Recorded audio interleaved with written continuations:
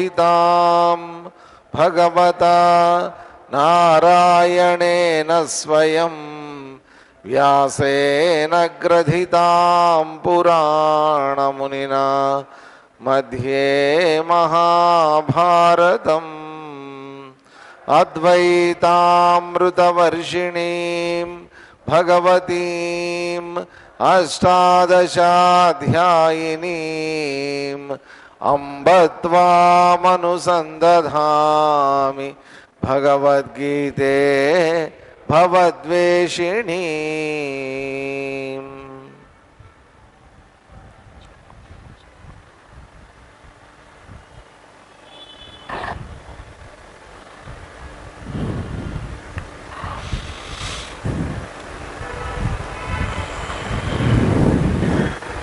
నిన్న జరిగిన శ్లోకాలు 9వ అధ్యాయము 16వ శ్లోకం నుంచి చదువుదాం. అహం క్రతురహం యజ్ఞం అహం క్రతురహం యజ్ఞః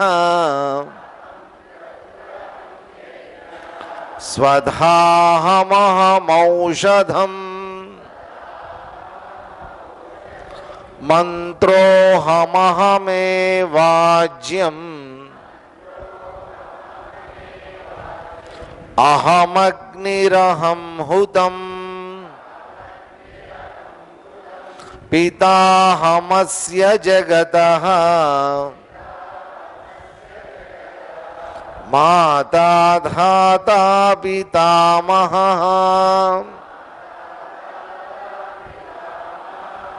వేద్యం పవిత్రమోంకారః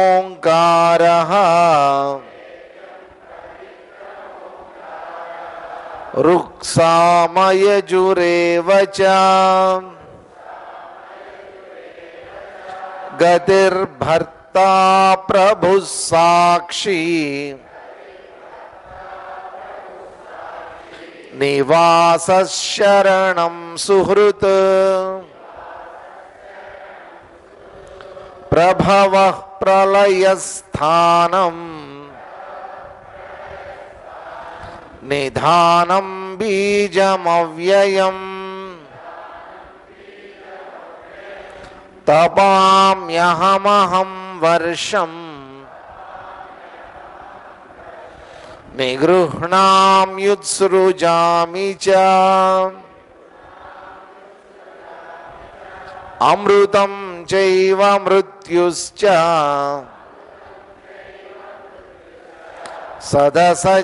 సదసచ్చాహమర్జున. ఉన్న ఈ 4 శ్లోకాల్లో చెప్పినటువంటిదంతా కూడా ఏంటంటే క్రతువు, యజ్ఞము క్రతువు ఇదంతా కూడా నేనే. ఆ యజ్ఞాల్లో చేసేటటువంటి యజ్ఞ విధి, దాంట్లో ఉపయోగించేటటువంటి మంత్రాలు, దాంట్లో ఉపయోగించేటటువంటి హవిస్సులు, ఏవైతే యజ్ఞంలో మనం దేవతల కోసం సమర్పిస్తామో అదంతా కూడా నేనే అని చెప్తూ, అక్కడ వ్రేల్చబడినటువంటి అగ్ని ఏదైతే ఉందో, అంటే ఏ హోమం చేయడం కోసం అని చెప్పి, క్రతువు చేయడం కోసం అని చెప్పి అక్కడ అగ్నిని వ్రేల్చడం జరిగిందో, దానికి సపోర్ట్గా మనం ఇచ్చేటటువంటి హవిస్సులన్నీ ఏవైతే ఉన్నాయో అదంతా కూడా నేనే. దాని ద్వారా ఉత్పన్నమైనటువంటి పుణ్యపాపాలు కానీ, దాని ద్వారా ఉత్పన్నమైనటువంటి జ్ఞానం కానీ, దాని ద్వారా నాకు అందినటువంటి పుణ్యం కానీ మొత్తం అంతా కూడా అది కూడా నేనే అని చెప్తూ, పితాహమస్య జగత మాతా ధాతా పితామహ అంటే నాకంటే ఉన్నతంగా నాకు జన్మనిచ్చినటువంటి నా తల్లిదండ్రులు, ఆ తండ్రి గారి తండ్రి, తల్లిగారి తండ్రి గురించి చెప్పలేదు కానీ మొత్తం అటు కూడా ఉండేటటువంటిది వీళ్ళే. మొత్తానికి అందరూ కూడా అటు నుంచి అందరూ కూడా ఉన్నటువంటిది వాళ్ళే. ఆ తర్వాత ఏ ఓంకారాన్ని ప్రతిపాదించి ఆ పరమాత్మని ఓంకార నామం ద్వారా మనం జపిస్తూ ఆ ఓంకారం ద్వారా పరమాత్మను తెలుసుకోవడానికి ప్రయత్నం చేస్తామో అత్యంత పవిత్రమైనటువంటి ఆ ఓంకారం కూడా ఆయనే అని చెప్తే, రుక్ సామ యజుర్వేదాలు ఈ 3 వేదాలు అంటే సృష్టి స్థితి లయాలకి ప్రతీకలైనటువంటి ఈ 3 వేదాలు కూడా నేనే అని చెప్పారు. చెప్పిన తర్వాత గతి భర్త ప్రభు సాక్షి నివాస శరణం సుహృతు మొత్తం గన్ని చేరుకోవలసినటువంటి స్థానము భరించేటటువంటి ఆయన ప్రభువు, సాక్షి అయినటువంటి వాడు, సర్వాన్ని సాక్షిగా చూస్తూ ఉన్నటువంటి వాడు. ప్రభవ స్థానం, ప్రళయస్థానం, ప్రభవము ప్రళయము రెండు ఒకే దగ్గర నుంచి వచ్చాయి. ఈ రెండు కూడా నిదానం, బీజం అవ్యయం, అవ్యయమైనటువంటి బీజము. ఇదంతా కూడా నేనే, నా నుంచే వచ్చాయి ఇదంతా కూడా. వర్షం తపామి, బాగా ఎండని నేనే, వర్షాన్ని నేనే. నిగృఢామి, వర్షం ఆపడం కూడా నా చేతుల్లోనే ఉంది. వర్షం ఎప్పుడు కావాలో అప్పుడు ఇచ్చేటటువంటి శక్తి నాకుంది.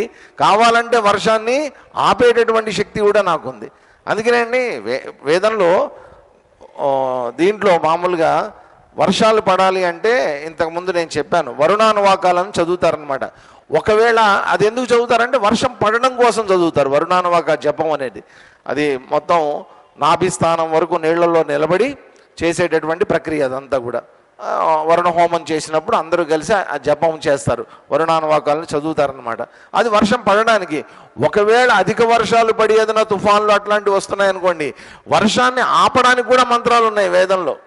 సముద్రం గచ్చతి స్వాహ, ఈ వచ్చినటువంటి ఇదంతా కూడా ఏదైతే ఉందో, ఈ వర్షం అంతా ఏదైతే ఉందో ఇక భూమి మీద పడకుండా సముద్రంలో పోయి పడాలి అని చెప్పేటటువంటి మంత్రాలు కూడా ఉన్నాయి. కాబట్టి ఎందుకని అంటే ఆ వర్షాన్ని పట్టుకుని నిలబెట్టగలిగినటువంటి శక్తి కూడా భగవానుడికి ఉంది ఆయనకి. అందుకని ఉసృజామి అమృతం చేయవ మృత్యుశ్చ. మృత్యువు అమృతము రెండు పరస్పర విరుద్ధమైనటువంటివి. మృత్యువు అంటే మనకి మామూలుగా వచ్చేటటువంటి మరణము, అమృతము అంటే ఏంటి? మోక్షము. కాబట్టి నీకు మోక్షాన్ని ఇవ్వాలన్నా నేనే ఇవ్వాలి, నీకు మృత్యువుని ఇవ్వాలన్నా కూడా నేను ఇవ్వాల్సిందే. రెండు నేనే. సతసత్యాహం అర్జున, సత్ అసత్. కాబట్టి సత్ కానటువంటిది ఏదీ లేదు ఈ ప్రపంచంలో. అన్నీ కొన్ని అసత్తుగా మనం అనుకుంటూ ఉంటాం. ఇదంతా ఏంటి? ఈ ప్రపంచం అంతా నీ కంటికి కనిపిస్తున్నటువంటిదంతా కూడా ఇదంతా అసత్ అండి అన్నారు. అసత్తు అంటే ఏంటి? సత్తు లేకపోవడమే అసత్తు. సత్యం కానటువంటిదంతా కూడా అసత్యము అని అన్నారు. కాబట్టి అసత్యాన్ని చూసి ఇంతకాలం నువ్వేమనుకున్నావు? సత్తు అని అనుకున్నావు. నువ్వు సత్తు అనుకున్నా, అసత్తు అనుకున్నా, ఇది సత్యమా అబద్ధమా, నిజమా అవాస్తవమా, ఏదైనప్పటికీ కూడా నువ్వేదనుకున్నా కానీ ఉన్నటువంటిది మాత్రం నేనే. నన్ను చూసే నువ్వు కాసేపు సత్యం అంటున్నావు, నన్ను చూసే నువ్వు కాసేపు అసత్తు అంటున్నావు, అంతా కూడా నేనే అని చెప్పిన తర్వాత 20వ శ్లోకం చదువుదాం ఇవాళ.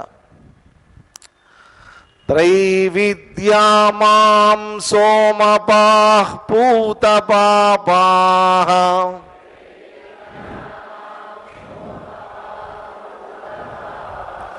త్రైవిద్యామాం సోమపాః పూతపాపాః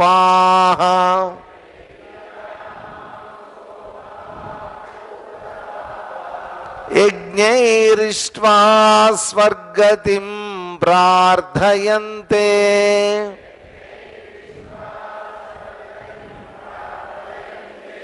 తే పుణ్యమాసాద్య సురేంద్రలోకం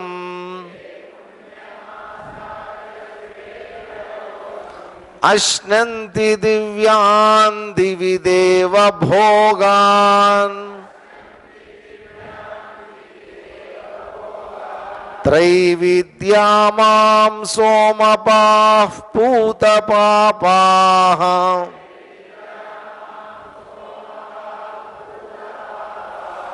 యజ్ఞైరిష్ట్వా స్వర్గతిం ప్రార్థయంతే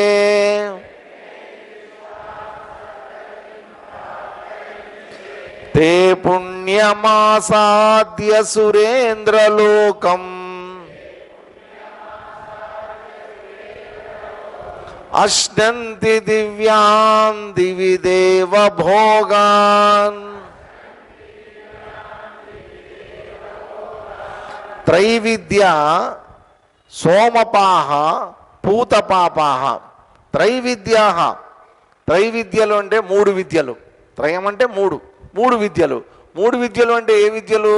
ఇంతకుముందు శ్లోకంలో చెప్పినటువంటి రుక్ సామ యజుర్వేదాలు మూడు విద్యలు అనమాట.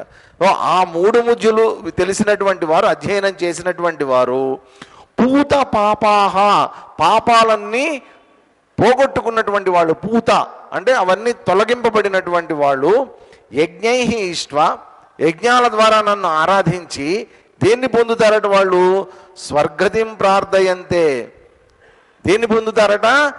స్వర్గాన్ని పొందుతారట, పొందాలని కోరుకుంటారట. యజ్ఞయాగాదులన్నీ చేసి వాళ్ళందరూ ఏం కోరుకుంటారు? ఈ 3 విద్యలలో కూడా ఋక్సామ యజుర్వేదాలలో చెప్పబడినటువంటి మంత్రాల ద్వారా, బ్రాహ్మణాల ద్వారా, అరణ్యకాల ద్వారా వాళ్ళు చేసేటటువంటి యజ్ఞ విధులు అన్నీ ఏవైతే ఉన్నాయో అవన్నీ చేసి, చాలా నియమనిష్టలతోటి కూడుకున్నటువంటి యజ్ఞ విధులన్నీ కూడా చేసి వాళ్ళు ఏం కోరుకుంటారు? దేన్ని కోరుకుని చేస్తున్నారు అంత నిష్టగా యజ్ఞయాగాదులు? దేవతలను ఎందుకు ఆరాధిస్తున్నారు యజ్ఞంలో? స్వర్గతిం ప్రార్థయంతే. ఆ స్వర్గతి అంటే స్వర్గాన్ని కోరుకుంటారట వాళ్ళు. కోరుకుని ఏం చేస్తారట?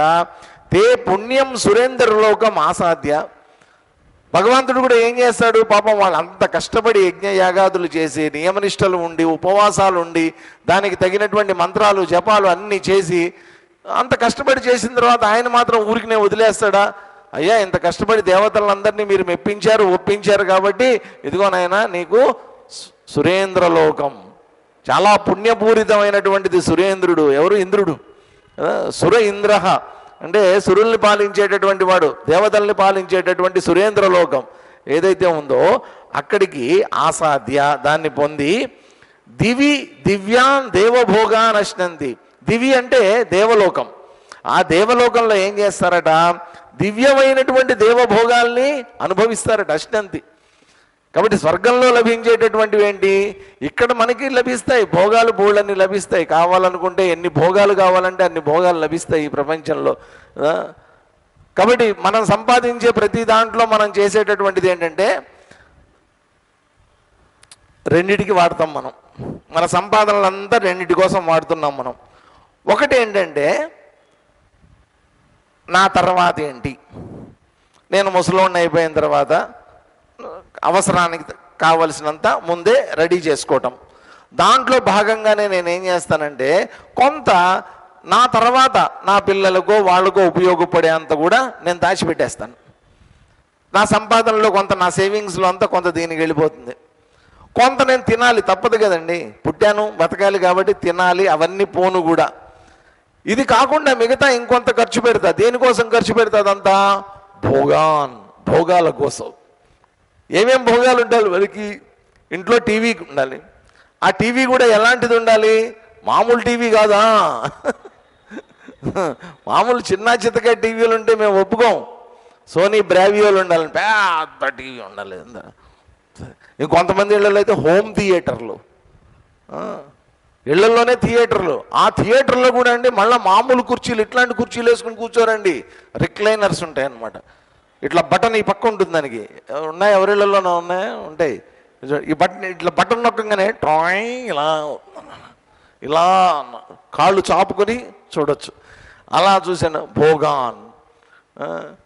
నిజంగా ఒకసారి ఊహించుకోండి, ఎల్సిడి ప్రొజెక్టర్లోంచి పెద్ద టీవీ సినిమా అంత కనిపిస్తూ ఉండి, డూల్బై సిస్టంలోంచి 2 పక్కల నుంచి సరౌండ్ సౌండ్ సిస్టంలో మ్యూజిక్ వస్తూ ఉంటే, దాంట్లో కాళ్ళు చాపుకొని తింటూ, బజ్జీలు తింటూ, పాప్కార్న్ తింటూ సినిమా చూస్తూ ఉంటే అది మామూలు భోగమా? అది ఈ ప్రపంచంలో భోగాలు అనుభవిస్తాం. ఇప్పుడు చూడండి, ఆ దుబాయ్, కువైట్, అబుదాబి మామూలు భోగాలు కాదండి వాళ్ళు అనుభవించే భోగాలు అవన్నీ. మనం అనుభవించే భోగాలు నథింగ్ అసలు. వాళ్ళ భోగాల ముందు మనం చేసేటటువంటివన్నీ నథింగ్ అసలు. అట్లాంటి భోగాలు అనుభవిస్తారు వాళ్ళంతా. అంత భోగాలు అనుభవించినటువంటి వాళ్ళు ఇవాళ బాంబులు పడుతుంటే ఉరుకులు పరుగులు పారిపోతున్నారు అందరూ. అక్కడ 4 బాంబులు పడగానే పరిగెట్టున్నారు అందరూ. ఎక్కడ దాక్కోవాలో తెలియనటువంటి పరిస్థితి. ఏ బిల్డింగ్ మీద ఎటు నుంచి బాంబు పడుతుంది, అందరి దగ్గర హోమ్ థియేటర్స్ ఉన్నాయి, అందరి దగ్గర డూల్బై సిస్టమ్స్ ఉన్నాయి, అన్నీ ఉన్నాయి. ఏం చేస్తారు? ఎంత భోగాలు ఉండి ఏం లాభం ఈ ప్రపంచంలో? ఇవన్నీ మనం అనుభవించేటటువంటి భోగాలు ఎలా అనుభవిస్తామంటే, అమ్మో ఇవి ఏ రోజన్నా పోతాయేమో, ఈ భోగం పోతుందేమో భయంతో బతుకుతాం మనం. ఇది పోకుండా ఉండాలి, నాకు నష్టం కలగకుండా ఉండాలి, చేయి జారిపోకుండా ఉండాలి అనేటువంటి భయంతో బతుకుతాం మనం. భోగం అనుభవిస్తున్నంతసేపు అండి ఆ భోగము నిజంగా మనం అనుభవించలేం. ఈ భోగం మళ్ళా పోకూడదు, మళ్ళా రావాలి అనేటువంటి దృష్టితోటి ఆ భోగాలను అనుభవిస్తాం. అవి ఈ భూమి మీద మనం అనుభవించేటటువంటి భోగాలు. సురేంద్ర లోకానికి వెళ్ళిన తర్వాత అక్కడ దివ్యమైనటువంటి భోగాలండి. మామూలు భోగాలు కాదు అక్కడ, దివ్యం, దేవతా సంబంధమైనటువంటి భోగాలు అనమాట అక్కడ. మనకిక్కడ చక్కగా రోజు కాఫీలు తాగుతాం, మ్యాక్సిమం ఏం తాగలమండి పొద్దున్నే, కాఫీకి మించి ఇంకేమైనా తాగలమా మనం? ఇంతకు మించి కొత్తగా దొరికేది ఏమన్నా ఉందా మనకి? కాఫీ కాకుండా మహా అయితే ఫ్రూట్ జ్యూసులు తాగుతాం, మహా అయితే కాఫీలు టీలు తాగుతాం. ఈ మధ్య కొత్తగా బ్లాక్ కాఫీలును లెమన్ టీలు వచ్చాయి, ఆ డిప్పులు గిప్పులు వేసుకుని. అంతకు మించి ఇంకేమైనా కొత్తగా తాగలమా? స్వర్గంలోకి వెళ్తే మీకు అట్లా కాదండి, కప్పులు కప్పులు అమృతం ఇస్తారు, డైరెక్ట్ అమృతమే. మనం మామూలుగా ఎవరన్నా ఒక మంచి ఫ్రూట్ జ్యూస్ ఇచ్చారనుకోండి, బా భలే ఉందండి అమృతం లాగా అంటాం. అమృతం ఇచ్చారా మనం ఏమంటాం? అమృతం లాగా ఉంది అంటారు. అలా అమృతం లాగా అని అంటున్నావి, అసలు అమృతమే ఇస్తే నీకు అది ఇస్తారు అక్కడ. ఇంకా అది ఎలా ఉంటుందో ఊహించుకోండి. అలాంటి దివ్యమైనటువంటి భోగాలు, అద్భుతమైనటువంటి ఏంటి బంగారు లతలతో నిండినటువంటి ఉద్యానవనాల్లో విహారం ఉంటుందండి అక్కడ. చక్కగా మంచి మంచి డాన్సర్లు, కల్చరల్ ప్రోగ్రామ్స్, రోజు ఎంటర్టైన్మెంట్ ఉంటుంది, మనకి బోల్డ్ అంత ఉంటుంది అక్కడ. ఆ భోగాలన్నీ అనుభవించడం కోసం వెళ్తారండి అక్కడికి. ఆ హంసతూలిక తల్పాల మీద పడుకోవడానికి, ఆ నందనవన విహారాలు చేయడానికి, ఆ అమృతపానం చేయడానికి దివ్యమైనటువంటి భోగాలన్నీ కూడా అక్కడ లభిస్తాయి. దానికోసం అని చెప్పి ఇక్కడ ఇటువంటి యజ్ఞయాగాదులు ఇటువంటివన్నీ చేసి అద్భుతంగా బాగా కష్టాలు పడి మొత్తానికి పుణ్యమాసాధ్య అక్కడికి వెళ్ళి ఈ పుణ్యం అంతా కూడా అక్కడ చక్కగా అనుభవిస్తారు, లభిస్తుంది. అందులో ఎటువంటి డౌట్ లేదు, ఖచ్చితంగా లభిస్తుంది అటువంటిది అంతా కూడా. ఇప్పుడు మనకి ఆశ పుట్టుంటుంది ఈ పాటికి, మనం కూడా అలాంటి లోకానికి వెళ్తే ఎలా ఉంటుంది? వెళ్ళండి, తప్పులేదు, వెళ్ళొద్దని ఎవరు చెప్పరు, ఏ శాస్త్రము చెప్పట్లేదు, వెళ్ళమనే చెప్తుంది. కాకపోతే ఏంటంటే ఆ వెళ్ళడానికి కావలసినటువంటి ప్రయత్నం ఏదైతే ఉందో వెళ్ళిన తర్వాత మీరు చేయలేరు, ఇక్కడే చేయాలి. సార్ నేను అక్కడికి వెళ్ళిన తర్వాత చేస్తానండి, అవి పంపిస్తారా? ఆ పప్పులేం ఉడకవు. నువ్వు అక్కడికి వెళ్ళిన తర్వాత చేయడానికి ఏముండదు, ఏమన్నా చేయాలంటే ఇక్కడ చేయాల్సిందే.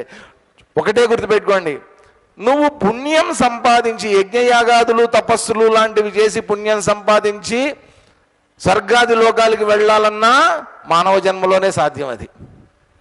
లేదా ఇక్కడ నువ్వు జపాలు ధ్యానాలు చేసి జ్ఞానాన్ని సంపాదించి మోక్షం పొందాలన్నా ఈ మానవ జన్మలోనే సాధ్యం.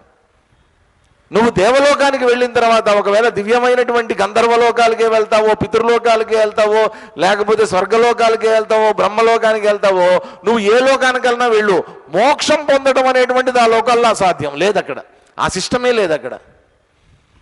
మోక్షం కనుక నువ్వు పొందాలి అంటే ఖచ్చితంగా ఏం చేయాలి? అది ఈ జన్మలోనే, ఈ లోకంలోనే, ఇక్కడే సాధ్యం. అది దేవతా లోకాల్లో అవకాశం లేదు, అక్కడ అంతా భోగలోకాలు, అవన్నీ కూడా దివ్యమైనటువంటివే కానీ భోగలోకాలు అవన్నీ. అక్కడ భోగాలు అనుభవించడానికి మాత్రమే వెళ్తారు అక్కడికి.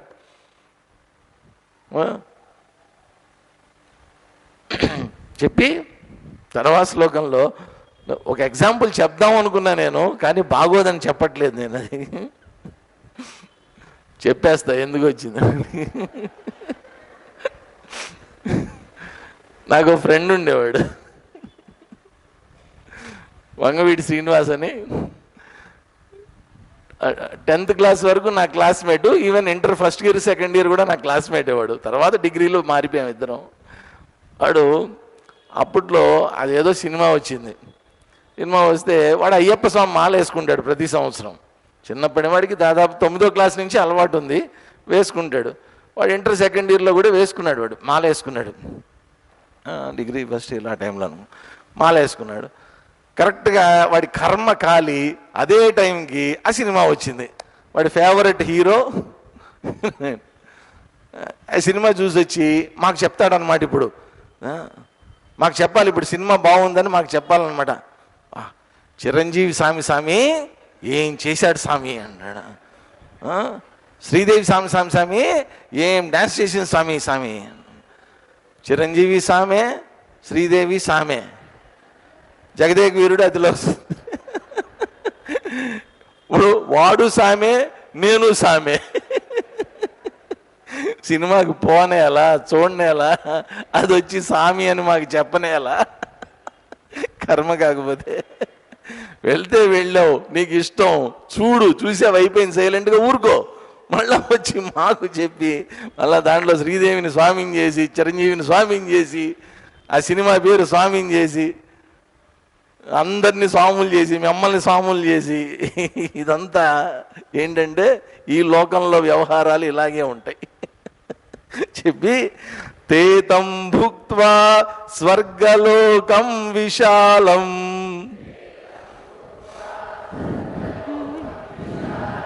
క్షీణే పుణ్యే మర్త్యలోకం విశంతి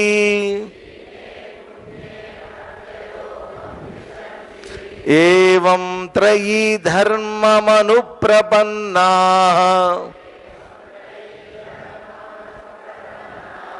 గతాగతం కామకామా లభంతే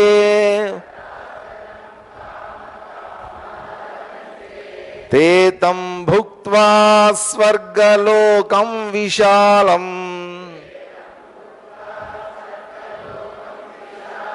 క్షీణే పుణ్యే మర్త్యలోకం విశంతి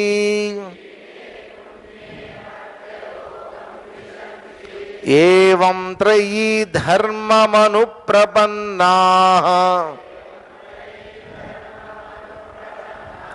గతాగతం కామకామా లభంతే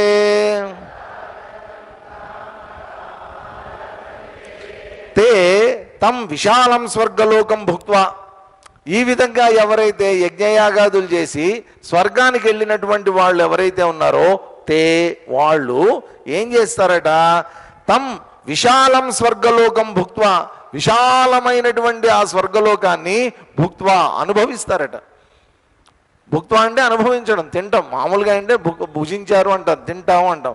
అక్కడికి వెళ్ళిన తర్వాత వాళ్ళు ఏం తింటారు, అక్కడ ఉండేటటువంటి భోగాల్ని, అక్కడ ఉండేటటువంటి కంఫర్ట్స్ని, అక్కడ ఉండేటటువంటి సుఖాలని, వాటన్నిటిని కూడా అనుభవిస్తారు. భుక్త్వా అంటే అనుభవించడం. అక్కడ తినేసి వాళ్ళు ఏం చేస్తారట, పుణ్యే క్షీణే మర్త్యలోకం విశంతి. మళ్ళీ ఇక్కడ పెట్టారు, ఎక్కడ పెట్టాలో అక్కడ పెట్టేశారు. మనని ఏం చేశారట, క్షీణే పుణ్యే, పుణ్యం క్షీణం అయిపోయింది.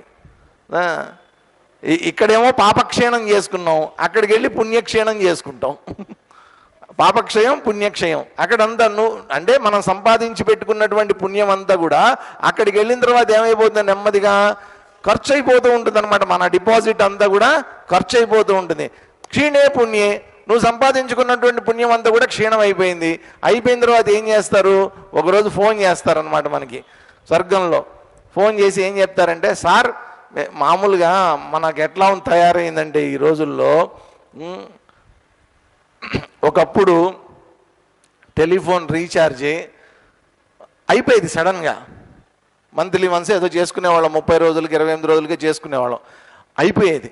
అయిపోయిన తర్వాత సడన్గా ఫోన్లు పోయేవి కావు. పోకపోతే అప్పుడు ఏంట్రా ఫోన్లు పోవట్లేదు, ఫోన్లు రావట్లేదు అని చూసుకుంటే టైం అయిపోయేది. టైం అయిపోయిన తర్వాత అప్పుడు గబగబా వెళ్ళి షాప్కి వెళ్ళి రీఛార్జ్ చేసుకునేవాళ్ళం కదా. ఇప్పుడు అట్లా లేదండి. వారం రోజుల ముందు నుంచే మొదలు పెట్టేస్తారు. వారం రోజుల ముందు నుంచే, బాబు 18వ తారీఖు అయిపోతుంది, ఇంకా 6 రోజులే టైం ఉంది, ఇంకో నెక్స్ట్ డే ఇంకా 5 రోజులే టైం ఉంది, ఇంకా 4 రోజులే టైం ఉంది, ఇప్పుడే రీఛార్జ్ చేసుకో, సర్వీస్ ఆగిపోకుండా నీకు కంటిన్యూ అవుతుంది, ఇగో ఇప్పుడే రీఛార్జ్ చేసుకుంటే నీకు నెట్ఫ్లిక్స్ కూడా వస్తుంది. రకరకాల ఆఫర్లు పెట్టి వారం రోజుల ముందు నుంచి ఊదర కొట్టేస్తారు మనని. స్వర్గంలో కూడా అంతే. టైం దగ్గరకు వచ్చిందనుకోండి, వారం రోజుల ముందు నుంచే ఫోన్లు మొదలవుతాయి. బాబు డేట్ దగ్గరకు వచ్చింది, ఇంకా 5 రోజులే, ఇంకా 4 రోజులే.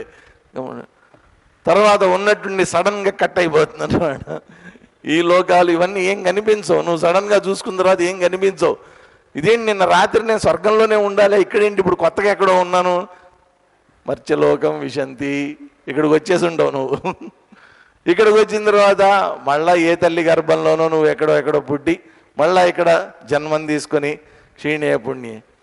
కాబట్టి పుణ్యాన్ని సంపాదించడం అంతా కూడా దేనికోసం అండి, స్వర్గలోకానికి వెళ్ళటం.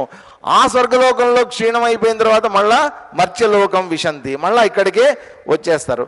ఏవం ఈ విధంగా కామకామాహ, కామకాములు అంటే కోరికల్ని కోరుకునేటటువంటి వాళ్ళు. మనిషికి ఉండేటటువంటి కోరికలన్నీ ఎడదీపి ఎక్కడికి తిరిగి వచ్చినా కానీ ఒక చోటకు వస్తాయండి. ఏంటంటే నేను సుఖంగా ఉండాలి, నేను సంపాదించినటువంటి పుణ్యమా, నేను సంపాదించుకున్నటువంటి ధనమా, నేను సంపాదించినటువంటి కీర్తి ప్రతిష్టలా, ఇవన్నీ నన్ను ఎక్కడికి తీసుకుని వెళ్ళాలి? నా సుఖాలు భోగాల వైపు తీసుకుని వెళ్ళాలి. నాకు 3 పూట్ల కడుపు నిండా ఫుడ్ దొరకాలి, పంచపక్ష పరమాన్నాలతో కూడుకున్నటువంటి భోజనం దొరకాలి, మంచి ఆరోగ్యం దొరకాలి. దీనికోసమే ఆలోచిస్తూ ఉంటాడు ఎంతసేపు కూడా. కాబట్టి ఇక్కడికి వచ్చిన తర్వాత కామకామహ, ఆ కోరికలు అనేటువంటివి కోరుకుంటూ త్రయీ ధర్మం, ఈ 3 వేదాలలో చెప్పినటువంటిదంతా కూడా ఏదైతే ఉందో దాన్ని ఆచరిస్తూ ఏం చేస్తాడట, అనుప్రపన్నాహ, అనుసరించేటటువంటి వాళ్ళు గత ఆగతం లభంతే, రావటము పోవటము, రావటము పోవటము, రావటము పోవటం, ఈ వచ్చిపోయేటటువంటి మార్గంలో పడిపోతారు వీళ్ళందరూ. ఎవరు? కామకామహ, కోరికల్ని కోరుకునేటటువంటి వాళ్ళట. కోరుకోవడంలో తప్పు లేదు, కోరుకో, కానీ ఒకటే గుర్తుపెట్టుకో, కోరుకునే ముందు నువ్వు కోరుకున్నది నీకు లభిస్తుంది, కానీ కష్టపడితే తప్ప లభించదు. యజ్ఞయాగాదులో తపస్సులో ఇవన్నీ చెయ్యాలి, పుణ్యాన్ని సంపాదిస్తావు, స్వర్గానికి వెళ్తావు, వెళ్ళిన తర్వాత మళ్ళీ ఇక్కడికి మర్త్యలోకం విశంతి, మర్త్యలోకంలోకి ఈ మానవ లోకంలోకే మళ్ళీ నువ్వు వస్తావు. వచ్చిన తర్వాత మళ్ళీ నీకు కోరిక ఏంటి, మళ్ళీ స్వర్గానికి వెళ్ళాలి నేను, మళ్ళీ వెళ్తావు, మళ్ళీ వస్తావు, వెళ్తూ ఉంటావు. కామకామాహ గతం ఆగతాహ, వెళ్ళటం రావటం, వెళ్ళటం రావటం, వెళ్ళటం రావటం, ఇదే పని, ఇంకేం పని ఉంది?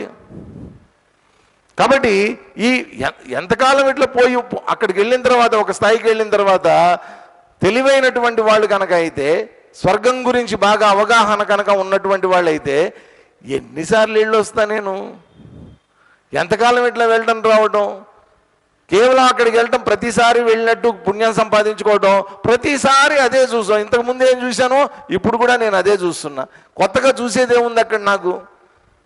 దీనికన్నా కొత్తది ఏదన్నా ప్రయత్నం చేద్దామా అనుకున్నట్టు ఆలోచన వచ్చినటువంటి వాళ్ళు ఏం చేస్తారు? వాళ్ళు జ్ఞాన మార్గం వైపు వస్తారు.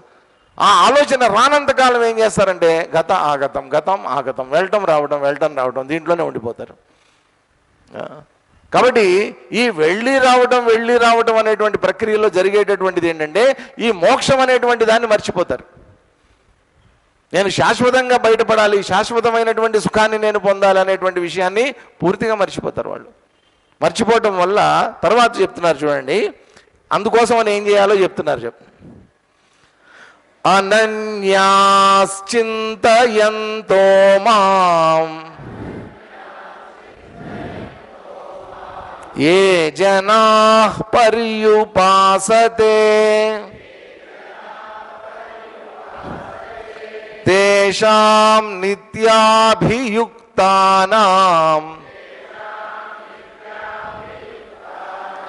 యోగక్షేమం వహామ్యహం. అనన్యాశ్చింతయంతో